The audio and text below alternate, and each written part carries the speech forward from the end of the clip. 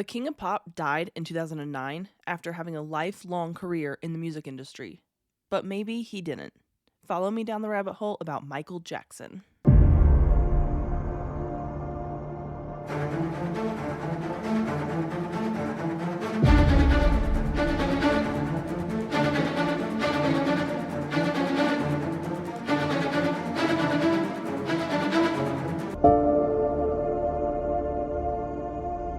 Hello, friends, and welcome back to the rabbit hole. I'm your host, Danny, and today we are talking about Michael Jackson. Thank you, Rachel, for your suggestion of this episode.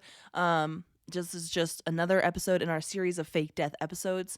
You guys know that I'm trying to cover as many as I can, and you guys are sending me requests of more fake deaths. So we're just going down the line of fake deaths here at the rabbit hole. So let's jump in. Michael Joseph Jackson was born on August 29th, 1958 in Gary, Indiana. He was the eighth of 10 children to Catherine and Joseph Jackson.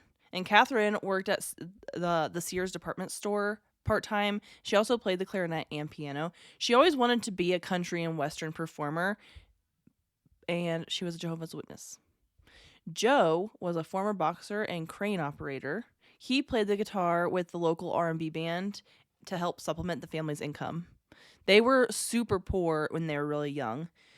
So Michael had three sisters, Maureen, Latoya, and Janet, and five brothers, Jackie, Tito, Jermaine, Marlon, and Randy. Marlon was a twin, but Brandon, his twin, died shortly after birth. In 1964, at the age of 6, Michael joined the family band. So Marlon also joined the band at the same time. The two were backup musicians because Jackie, Tito, and Jermaine were already members of this band.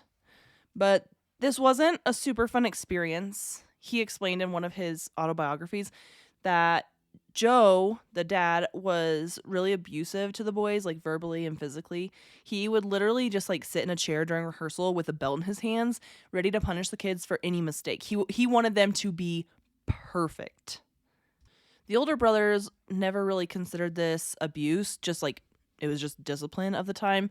But Michael was the youngest member of the band, and he did consider abuse.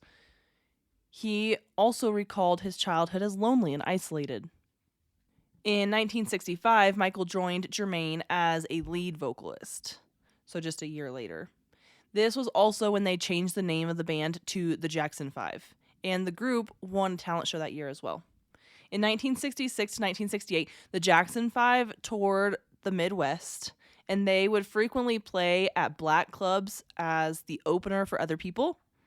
And they opened for people such as Sam and Dave, the O'Jays, Gladys Knight, and Etta James. But it was the 60s, so it was a whole different time. So these kids would also play at strip clubs and cocktail lounges, and at local auditoriums, and at high school dances. So they were trying to get their name out there, getting around. In 1967, while touring the East Coast, they won a weekly amateur night concert at the Apollo Theater in Harlem. The Jackson 5 recorded a few songs at a record label in Gary called Steeltown Records, and in 1968, their first single was released, Big Boy. Bobby Taylor of Bobby Taylor and the Vancouvers liked the boys, and he brought them to Motown. Motown was a record label that they stayed with for a long time, actually. Taylor produced some of their earlier Motown recordings, and because of them moving to Motown, the Jackson family moved to Los Angeles to be closer to the record label. In 1969, Motown decided Diana Ross should be the person to introduce the Jackson 5 to the world, like officially, because they'd already been around, but this way they're like big name now. So the Jackson 5 made their first television appearance during the Miss Black America pageant, and they performed It's Your Thing. Rolling Stone later described Michael as a prodigy with overwhelming musical gifts. So literally from the beginning, they're like, Michael Jackson, he's going to be the rising star. They thought he was the main draw of the whole performance, really. In 1970, I Want You Back became the group's first song to reach number 1 on the Billboard Hot 100, and it stayed there for 4 weeks. After that, 3 more singles topped the charts: ABC, The Love You Save, and I'll Be There. In 1971, the family was finally able to afford a nicer house on 2 acres in Encino, California. And Michael started coming into his own at this time as well. So he had gone from this like young child performer to more of like this teen idol type guy.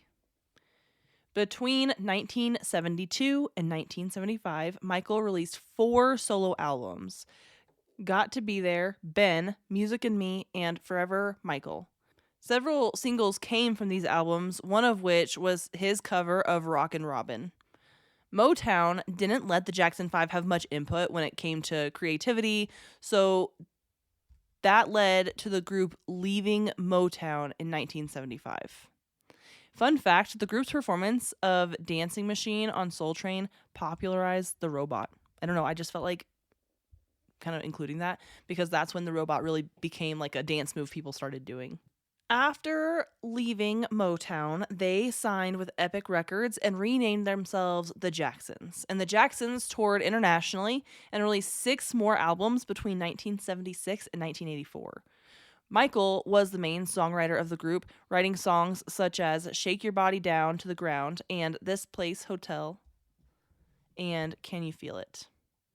But Michael was also busy with his own career because he wanted to be a solo artist.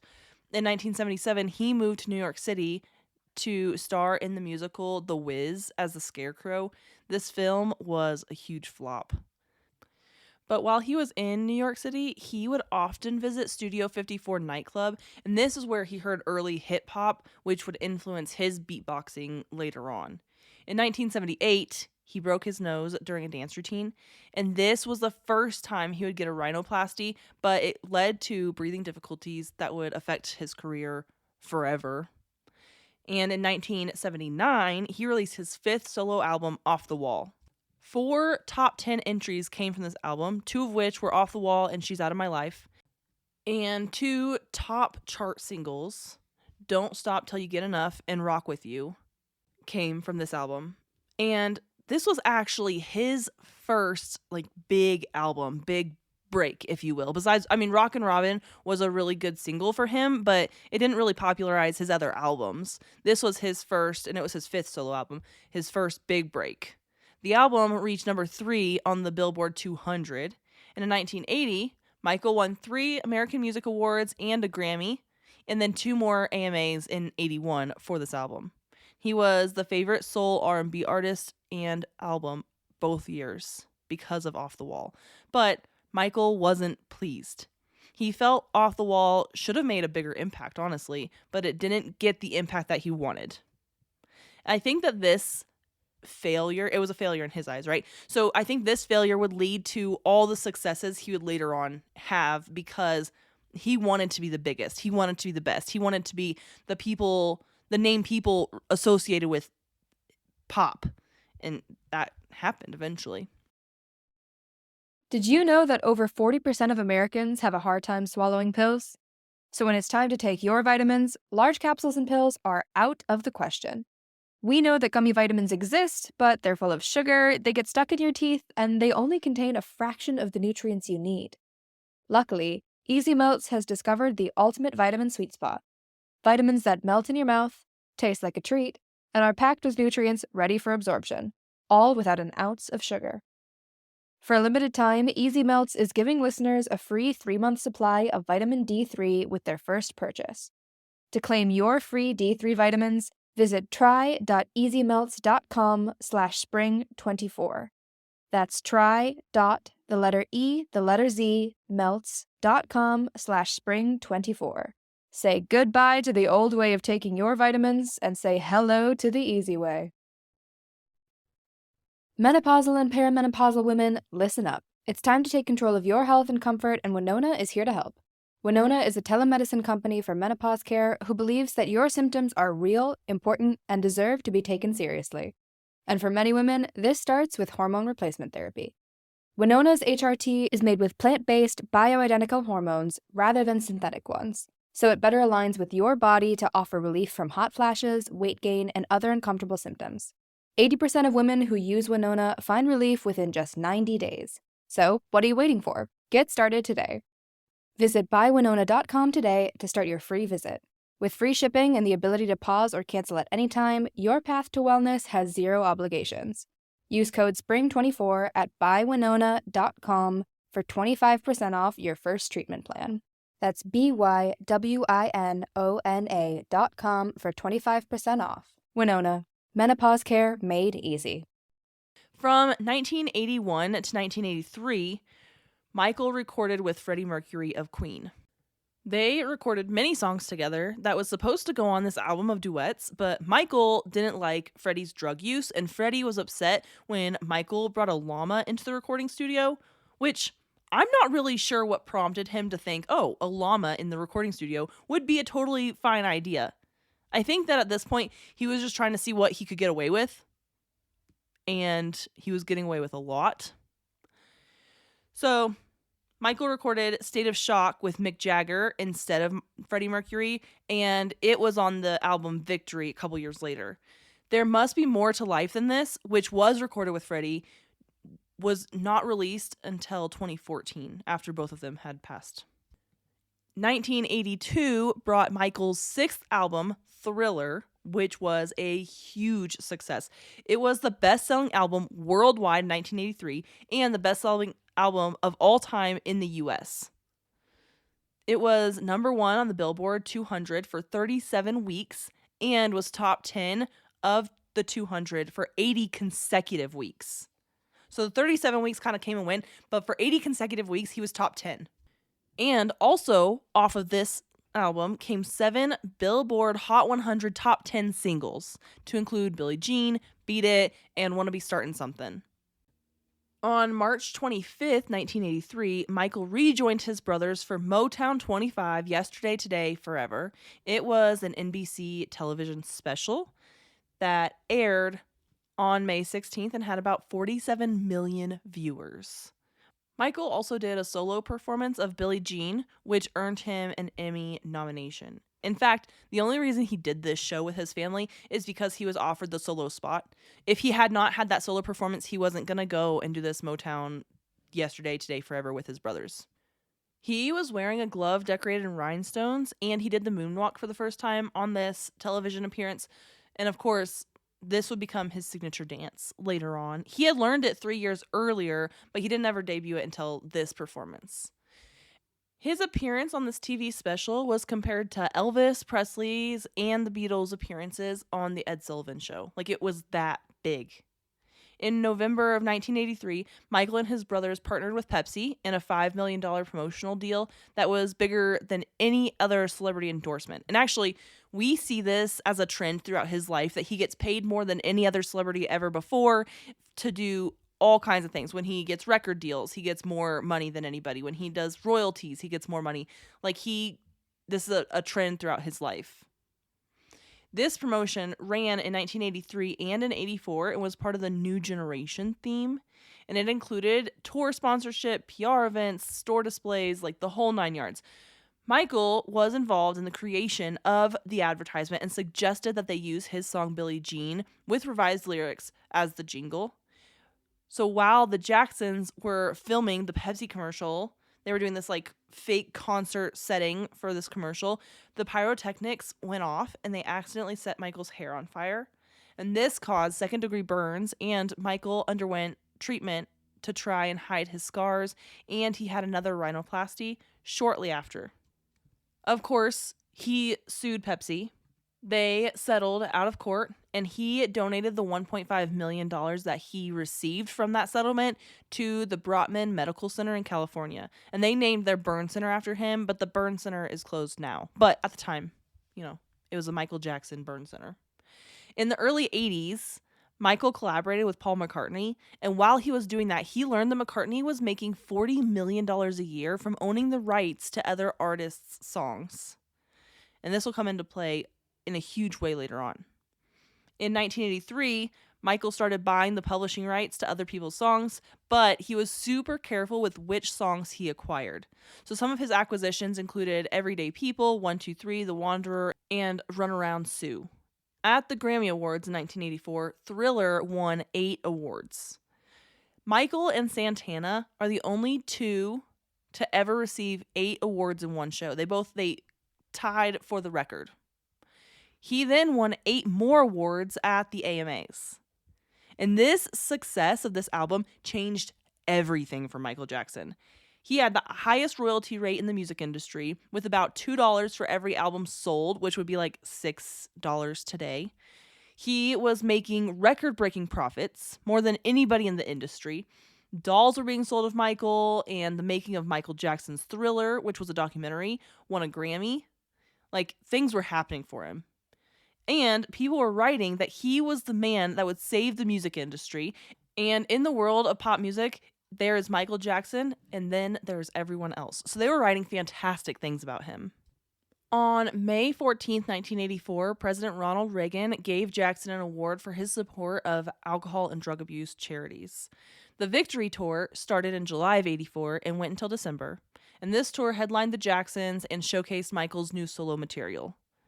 This was the last tour Michael did with his brothers, and he announced his split during their last concert at Dodger Stadium in LA.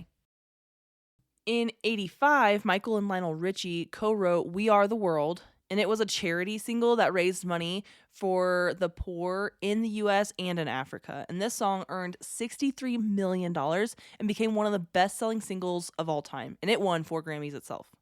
He also acquired the ATV Music Publishing catalog, which had about 4,000 songs, including most of the Beatles' music.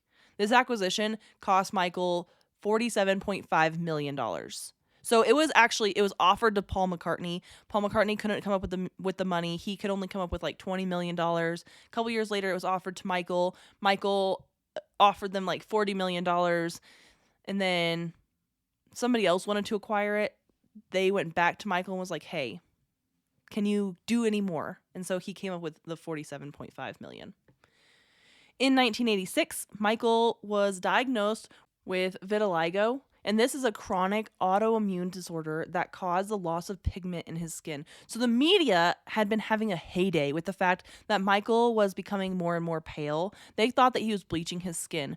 Well, he had this autoimmune disorder, and he had also been diagnosed with lupus a couple years earlier, which is also an autoimmune disorder. So he had all kinds of things going on. And it was also speculated that he was suffering from anorexia because of how skinny he was and how, like, he would often get dizzy when he was doing different things.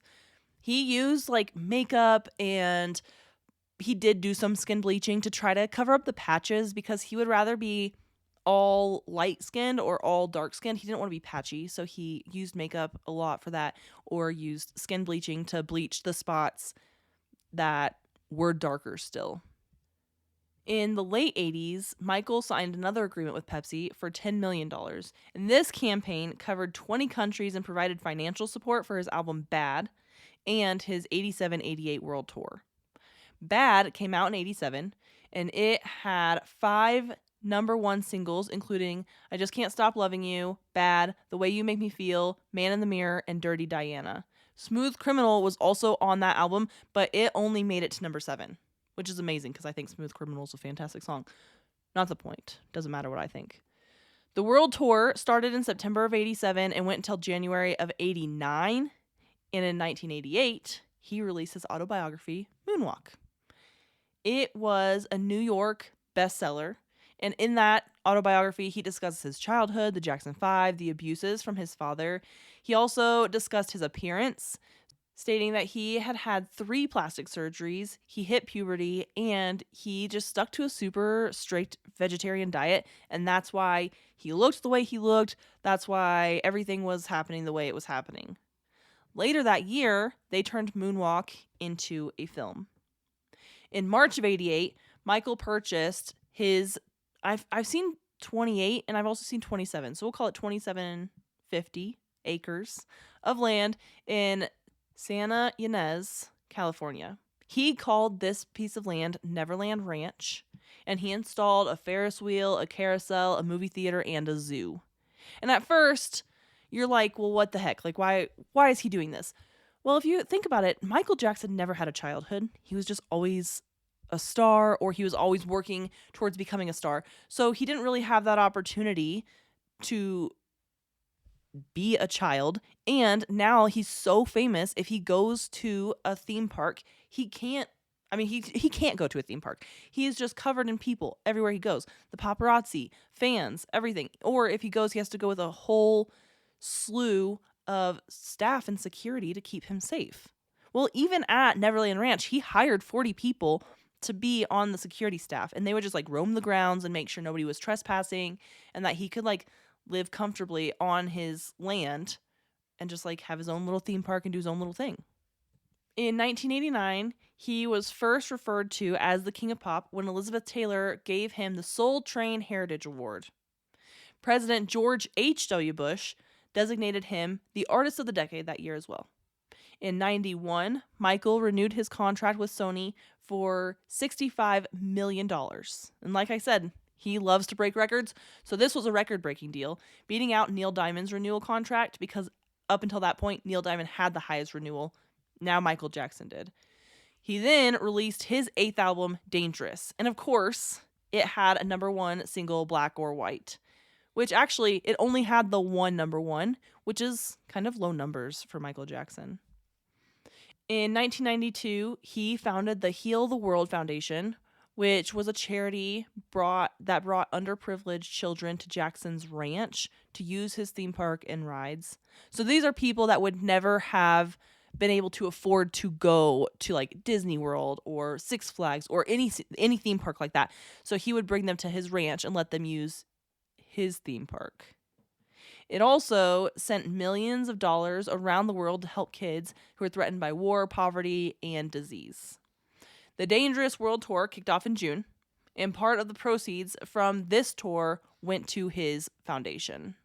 In July of that year, he published his second book, Dancing the Dream, and then he also got very involved in the HIV/AIDS epidemic after his friend Ryan White died.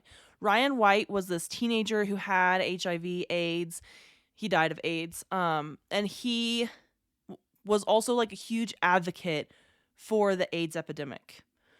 I cover the AIDS epidemic in great detail in my Eazy-E episode. I had to take my AIDS episode off of this platform because it went against the rules. I will be uploading it to my Patreon, so if you want to hear that episode, it's one of the first episodes I did. You can go back and listen to that. There's a whole conspiracy about it, of course. Because of Ryan White's death, Michael pled with the Clinton administration to put money into the research to slow or stop AIDS. He just wanted more research done into AIDS. He needed more money for it. So he performed Gone Too Soon and Heal the World at Clinton's inaugural gala to help raise money and to raise awareness and to kind of like win over presidential favor, basically. In 1993, Michael performed at the Super Bowl halftime show, and this was the first time the halftime performance ever drew a bigger audience number than the actual football game. Up until this point, they didn't really have big performers performing at the halftime show. They did, but they didn't. So they were noticing a drop in their audience numbers, so they had Michael Jackson perform. He did a great job. But because of this performance, Dangerous, which was his newest album, rose 90 places on the charts. Then on February 10th, he gave a 90-minute interview to Oprah, and he talked about how he felt like he had missed out on his childhood and how he often cried of loneliness, which I can imagine being that famous could be very lonely. This was also the first time he talked publicly about having vitiligo, and this interview became the most watched TV interview in U.S. history and still holds that title today. Also, he won the Living Legend Award at the Grammys that year. So he attended the Grammys with Brooke Shields, and it was a big February of 93 for him.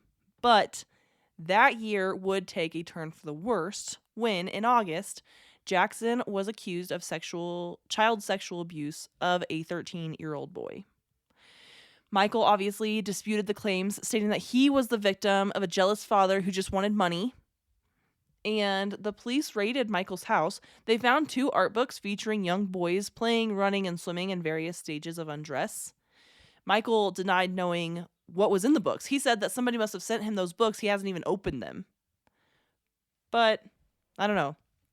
Things got pretty weird at that trial because this boy, this 13-year-old, gave a detailed description of Michael's genitals, and then a strip search was conducted of Michael to compare the description the boy gave to Michael's actual genitalia. And the jury found that it was not a match. So in January of 94, they settled out of court for $23 million. He paid this kid and his family.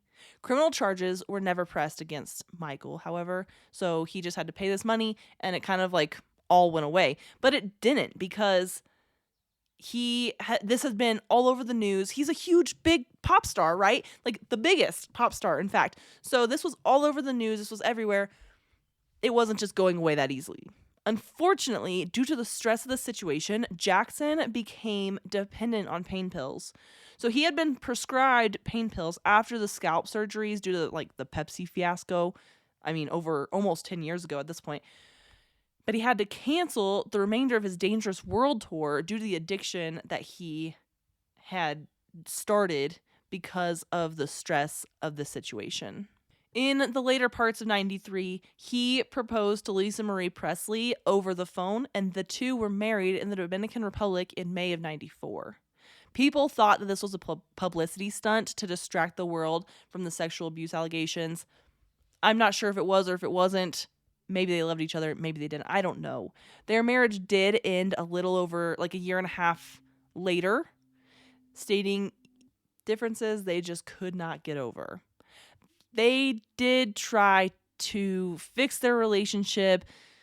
I mean, she didn't really want anything in the divorce. She only wanted her maiden name back. She wanted to be Presley again because she is Elvis Presley's daughter. They did try to fix it. For about 4 years, they were trying to fix their marriage, their relationship. They were divorced, but she would follow him around to all these world tours. She would go with him. They were trying to fix it, try to work on their relationship. Ultimately, it didn't work out, but they did put in the effort. So if it was just a publicity stunt, I don't know why she would have followed him around the world. Not like a puppy dog, not like a stalker. Like, he wanted her there. But it seems odd that she would go to those great lengths if it was all just a publicity stunt. In 1995, Michael released the double album History, Past, Present, and Future. So the H, I, and S of History is capitalized, so that's why I said it that way. The first disc, History Begins, is a greatest hits album, and the second disc, History Continues, contained 13 original songs and 2 covers. And even with the recent allegations, the album debuted at number 1 on the charts. And it is the best-selling multi-disc album of all time. So when Michael Jackson did something, he did it big. He went all out. The Anti-Defamation League complained that the lyrics from They Don't Care About Us were anti-Semitic. So he released a revised version to appease everyone. In late 95, he was admitted to the hospital due to stress-related panic attacks. And also during this time, he merged the ATV music catalog that he owned with Sony's music publishing division. And he retained half of the company and the rights to now more songs because he was going in with Sony. In 96, he went on a History World Tour. And during the tour, he married Debbie Rowe, who was a dermatology assistant. And at the time of their wedding, she was 6 months pregnant with Michael's first child. So Michael Joseph Jackson Jr., also known as Prince, was the nickname they gave him. Not like Prince the singer, but they just called him Prince. He was born on February 13th of 97. Paris Michael Catherine Jackson was born April 3rd of 98. Michael and Debbie got divorced I've seen different things. So I saw 99 and I saw 2000. So somewhere between 1999 and the year 2000, they got divorced. Debbie conceded custody of the kids with an $8 million settlement. In 97, Jackson released Blood on the Dance Floor, History in the Mix. And this was a best-selling remix album. Of course it was best-selling. It's Michael Jackson. He worked on his 10th album, Invincible, from 97 to 2001. In 1999, a series of Michael Jackson and Friends benefit concerts were organized, and the proceeds went to the Nelson Mandela Children's Fund, the Red Cross, and the United Nations Educational, Scientific, and Cultural Organization. In 2000, Guinness World Records recognized Michael for supporting 39 charities, which was more than any other entertainer. And he actually still holds that record today. In 2001, 2 concerts were held at Madison Square Garden to mark Michael Jackson's 30th year as a solo artist, and he performed with his brothers for the first time since 1984. The show also featured Maya, Usher, Whitney Houston, Destiny's Child, Monica, and Slash, to name a few. There was a couple other people. So after the attacks on 9/11, Michael helped organize the United We Stand What More Can I Give benefit concert. The release of Invincible was preceded by a dispute between Jackson and Sony, which was his record label at the time. Michael expected the licenses to his masters of his albums to revert to him in the early 2000s, but clauses in the contract kept setting the revert date back years, so he wanted out of his contract early. But finally, Invincible was released in October of 2001, and this was the last album of original material that he ever released. In 2002, a surrogate gave birth to his 3rd child, who he named Prince Michael Jackson II, but they called him Blanket. So now he's got a son named Michael that they call Prince. He's got a daughter named Paris that they call Paris. Then he's got a son named Prince that they call Blanket. I don't know. Very strange. Anyway, in April, Jackson performed at the Apollo Theater as a fundraiser for the Democratic National Committee and the former President Bill Clinton. And this concert encouraged citizens to vote and was one of Jackson's last onstage performances. In July of 2002, he called Sony Music chairman Tommy Mottola a racist and very, very, very devilish. He said that Mottola exploits black artists for his own gain. And Sony ultimately decided not to renew Michael's contract. They stood behind Mottola, and that's kind of what happened there.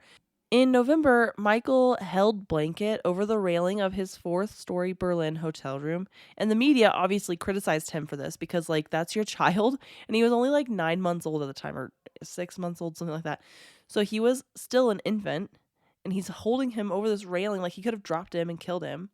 And Michael apologized and said it was a terrible mistake. But that was it. That was the end of it. No charges, no CPS, nothing. They're just like, oh, we forgive you. I don't know. That's pretty messed up. In 2003, promoter Marcel Avram filed a breach of contract suit against Michael for failing to perform 2 planned concerts. Michael had to pay him $5.3 million. The documentary, Living with Michael Jackson, aired in February of 2003, and this documentary showed him holding hands and discussing sleeping arrangements with minors. He said he didn't see an issue with having them sleep over and sharing his bed or bedroom with various people to include minors. That's pretty not great. Not a good look for Michael Jackson. Outside of that controversy, he received a key to the city of Las Vegas because it doesn't matter if you're a pedophile, have the key to the city. That year, Sony also released Number Ones, which was a greatest hits album. And to wrap up the year, Santa Barbara charged Michael Jackson with 7 counts of child molestation and 2 counts of intoxicating a minor with alcoholic drinks. Of course, Michael denied the allegations and pled not guilty. After these allegations, Debbie, Michael's second wife, took him to court to get custody of the kids back. In 2005, the trial started against Michael Jackson, and it lasted for 4 months. The stress of the trial led to health issues for him, which has happened in the past. And on June 13th of 2005, he was acquitted of all charges. The FBI had files on Jackson and had been involved in both the 2005 trial and the 93 allegations, but they found no evidence of criminal conduct on Jackson's behalf. So he was acquitted. After the trial, he tried to stay out of the public eye, and he even moved to Bahrain. And in fact, he would never return to the Neverland Ranch after his acquittal. In 2006, it was announced that he signed a contract with the Bahraini startup Two Seas Records. Nothing came of the deal. The CEO said it was never really finalized, but the CEO also said that Michael was on the verge of bankruptcy and was involved in 47 lawsuits. He did use a piece of his ATV catalog stake worth about $1 billion as collateral against his $270 million worth of loans. So he was provided with a new loan for $300 million, but it had a lower interest rate, so that's why he went with that. Michael's financial managers tried to convince him to sell half his stake in the music catalog so he could just get rid of his debt and avoid bankruptcy. Obviously, that did not happen. The house at Neverland Ranch was closed to try to save money, and about 30 of his employees just weren't paid on time. He owed like $360,000 in back salaries, and I don't know if I don't know if they ever got paid. He moved to Grouse Lodge in mid 2006. This was a recording studio near Rosemount, County Westmeath, Ireland. And he had started to work on a new album with will.i.am and Rodney Jenkins while he was there. And he even invited Access Hollywood to the studio to see what he was working on. In November, he briefly joined in on the performance of We Are the World at the World Music Awards in London, and this was his last public performance. But again, it was really brief. In 2007, he and Sony bought another music publishing company, Famous Music LLC. This deal gave him the rights to songs by Eminem and Beck, just to name a few.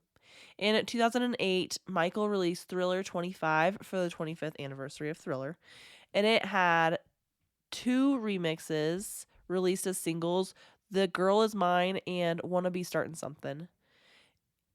And that year, for his 50th birthday, Sony released King of Pop, which was a greatest hits album, and it had different songs depending on where in the world you were.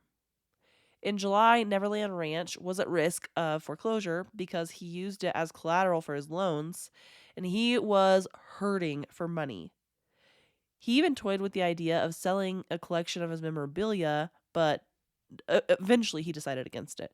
But how does this guy, who's been paid more than any other artist in the industry ever, he's got royalties that are bigger, he owns most of the rights to most of the songs, and he's in this much debt? Like, what went wrong? In 2009, he announced a series of comeback concerts. This Is It was supposed to be a residency in London at the O2 Arena, and then he would go on to do like other shows after that. He also suggested that he would probably retire after this tour. So like this is it, right? That's the name of the tour. That's it. After the residency in London, he was planning on going to like Paris, New York City, Mumbai, different places to just do like a goodbye tour. It is predicted that the first 10 shows would have earned him 50 million euro. But the ticket sales in London were record breaking, of course, because it's Michael Jackson. So they increased the number of shows in London from 10 to 50. Michael moved to Los Angeles to get ready for the shows, and he was rehearsing, he was learning choreography, he was doing all kinds of things. His debts, they were just getting worse. He was up to $500 million in debt. And of course, he was hoping that this tour would help him get out of debt and kind of like leave on a positive note. But before any of that could come to fruition, Michael Jackson died. On June 25th, 2009, Michael died of cardiac arrest due to a pill overdose. These pills were prescribed to him by his personal physician to help him sleep. And it feels a lot like the Marilyn Monroe situation, honestly. So, Michael was taken to the Ronald Reagan UCLA Medical Center. On the way, and for about an hour after his arrival, they tried to resuscitate him, but they were unsuccessful. The memorial service was held on July 7th, 2009 at the Staples Center in Los Angeles. This was one of the most watched events in streaming history. It's estimated that 31.1 million people in the US watched it, and worldwide, the audience was somewhere between 2.5 and 3 billion people. But what if he didn't die? The news about Michael's death spread fast, like super fast. It literally took down servers because so many people were looking into it. They were updating news stories to include it. Like there was so much happening on the internet that like servers were going down. AOL, Google. People were like literally freaking out because Michael Jackson had died. They didn't even believe it. The National Enquirer ran a story in January of 2009 that said that Michael only had 6 months left to live. Well, we all know that the National Enquirer isn't where you get your news, right? Like they're just a tabloid. They're not actually putting out reputable things. But it is theorized that a family friend actually leaked this information to kind of help get the wheels in motion for him to fake his death. And they point to the sleeping pills as to what led to his cardiac arrest, but there are pills that slow your heart rate so much that it makes it seem as though a person is dead. So, what if the doctor was in on it? And honestly, the more and more I did research into this, the more I'm pretty sure the doctor was in on it. Earlier, I said that this is sounding a lot like Marilyn Monroe, like the whole Marilyn Monroe situation. Well, it gets even more similar. If you have not listened to that episode, I did that not too long ago. It's like, did JFK or like the Kennedys conspire to kill Marilyn Monroe? I don't know, but go check that episode out. I will link to that in the show notes. After Michael was found, his doctor, Dr. Conrad Murray, told his cook to go and get his son Prince, who at the time was only 12 years old. Before they called an ambulance or anything else, the doctor wanted Prince to come and see Michael. So something was going on. He was like, go get Prince right now. Like, that seems odd, especially you're a doctor. You should start doing something to try to fix the situation. You're not. You're yelling at the cook to go get the son. That's weird. The theory here is that Michael wanted to explain to his son why he was leaving and that he needed to go.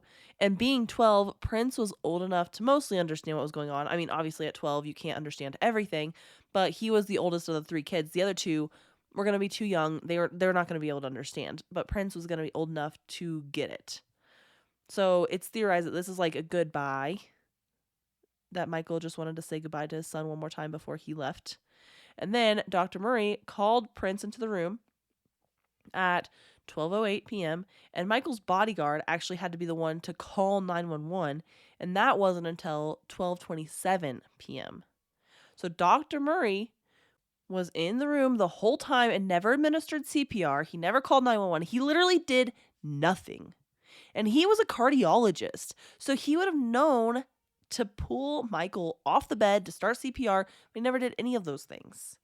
After he was charged with involuntary manslaughter because he had prescribed the pills, and then he also did nothing to help Michael when he was dying. So he got 4 years in jail. The thought is after Michael said goodbye to Prince, he left, and the man that was in the bed was a body double that was meant to trick everyone.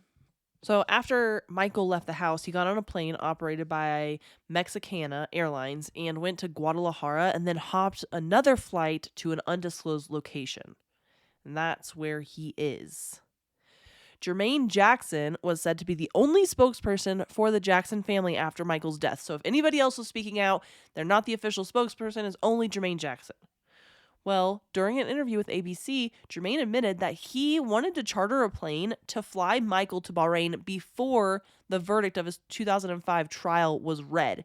So he was like, let me get you out of here, because Jermaine was worried that he was going to get charged with all those counts of child molestation.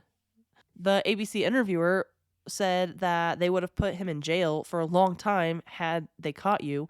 And Jermaine was like, oh, they wouldn't have caught me. Like, he had ties, anyway. Jermaine was really good friends with the Prince of Bahrain. And when Michael went there after his trial was over, he was staying there as a special guest of the prince. Jermaine would have the means and the motive to help Michael escape and fake his death. Jermaine had set up this financial manager / just regular manager for Michael, Dr. Tomei. But he is seen in many pictures holding onto Michael's arm and kind of I don't know, pushing him around. And it's rumored that Michael couldn't even see his own family without Tomei's approval. So I don't know, this feeling a lot like Elvis, because Michael's recorded saying that he didn't even talk to his lawyers or accountants anymore. Like, all those correspondence went through Dr. Tomei. Well, Dr. Tomei wasn't even a doctor at all. And he had never had a client before Michael Jackson. Like, Michael Jackson was his first and only client. So that's really odd. This is like a pretty big catch for your first client. But again, Jermaine was friends with this Dr. Tomei, and that's how he became Michael's manager. But speaking of Elvis, Michael was married to Lisa Marie for a year and a half, but they were, they were intertwined for a while. And after Elvis faked his death, he continued to have a relationship with his daughter. He didn't just go and disappear like Michael Jackson did. He kept coming back to like visit his daughter and be in her life. Well, if there's anyone to ask about faking a death, he could have asked Lisa Marie, because she would have had all the insider knowledge about how Elvis faked his death. Michael, like Elvis, has been spotted so many times since his death. So I know I said that he didn't come back to visit his children. I have a really hard time believing that he didn't visit his children. But I mean, I couldn't find anywhere that he specifically stayed in their life the way I did with Elvis. He was spotted doing an Instagram live that 5 million people viewed, and it looked it's Michael Jackson. There's just no doubt about it. The video that was shown on the media outlets of the helicopter taking him to the van after his death has been found to be faked. So, like, the people that can dissect videos, they went through all the things and they're like, no, like, look, this and this. They pointed out a couple different things where you're like, that's not a real video. That's a fake video. So, why did he fake his death? I mean, that's always the question, right? But I think that you can probably figure it out. So if you haven't been paying attention, he had those sexual abuse allegations. He's got this debt. He's got this manager that's like being super shady. He couldn't go anywhere or do anything without being in the public eye, and everything he did was scrutinized. He has literally been in the public eye since he was a little boy. 6 years old, he became a musician.